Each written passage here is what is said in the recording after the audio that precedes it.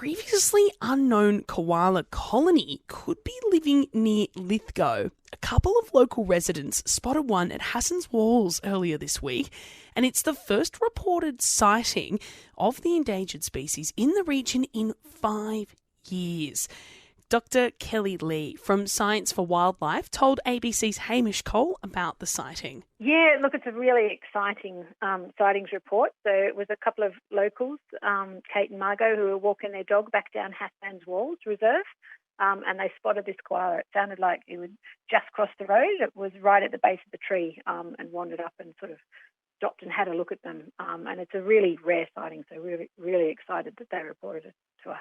And you mentioned it's a rare sighting. How significant is this finding? Well, particularly after the bushfires, we've been doing a lot of surveys trying to work out where we've still got surviving koalas. We did get evidence based on finding poop from koalas up on Nunes Plateau, and we also have been studying them for a few years in the northern section of Canangara National Park. But we've had a couple of odd sightings, including last season where there was one up on Darling Causeway near Mount Victoria, and then another one out in Blackheath on Shipley Road. So it's kind of suggesting that there could be another colony, or that perhaps the Nunes Plateau colony, might be connected up with koalas closer to Lithgow. So it's basically giving us a bit more evidence that we should get out and do some more surveys in some areas around there in case there's a whole colony of koalas we've missed. How challenging is it to determine if there is a colony there? In the Blue Mountains in general, very challenging, which is, I think that's why in the early days people have assumed, well, there's no koalas in the Blue Mountains because they can be really hard to see. So one of the reasons we use, for example, scat dogs is because the trees get so big, you can't necessarily just look up and count koalas. You've got to get in there and find evidence first. If we find lots of scat, that's when we then start searching the canopy, to try and see the koalas physically. The advantage of using scat is obviously you don't have to be there at the same time. You're kind of sampling over time. The scat might have been pooped out a week or so earlier.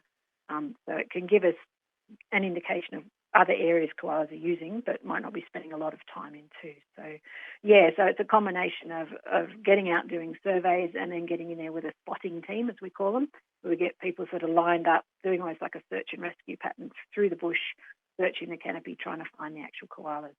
And, this koala in particular, the area it's been was spotted in, it's the first time that a koala sighting has been reported in 5 years. What does that say about koalas potentially in the area? Well, there aren't a lot of records at all in that area. Like there's occasional ones, but again, it could be just these dispersing koalas moving through. So we don't know if there's actually a colony of koalas living there or if maybe there's just young males and potentially females bouncing out of nearby populations. That's sort of a key question we need to answer. The good news is that at least before the bushfires, the koala populations that we'd been uncovering were actually growing. So, across a lot of the species range, they're in decline from a range of different threats. But the ones we've been finding up around the Blue Mountains were actually growing populations, increasing in number, which means you've got these sort of expanding edges. So we will get over time more reports of koalas where they haven't been seen before as they start moving back into these areas as the populations grow again. So the fact they are popping up in these areas where they're just not common, it's a good sign that they're out there and they're expanding. And, after these, the bushfires in 2019, what hope does this give for the population in and around the Blue Mountains that we have seen this koala, and you mentioned a few other sightings around Mount Victoria as well? What hope does that bring? Yeah, look, it's suggesting that they're living in areas that we haven't yet mapped them, which is really exciting. We're also getting reports further up on the sort of the northern side of the World Heritage Area, northwestern edge, and further south as well. So, wherever we get sightings, it basically gives us a bit of hope that we need to go and check out that area a bit more thoroughly and hopefully uncover some more koalas. Hopefully they're still widely spread and there's enough of them that they're going to, the populations will start growing again and recover after the fires. And one of the things I saw as well was that earlier indications was this koala population didn't have, or some of the ones you've seen in the past didn't have disease. Am I right in saying that? Yeah, absolutely. So chlamydia is a really common disease in koalas and it can have really devastating effects on the population. It will kill them eventually.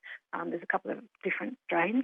And we found these koalas on the western side of the World Heritage Area so far, all of our testing has come back negative. So we haven't seen any signs of chlamydia in these populations, and that's obviously very good news.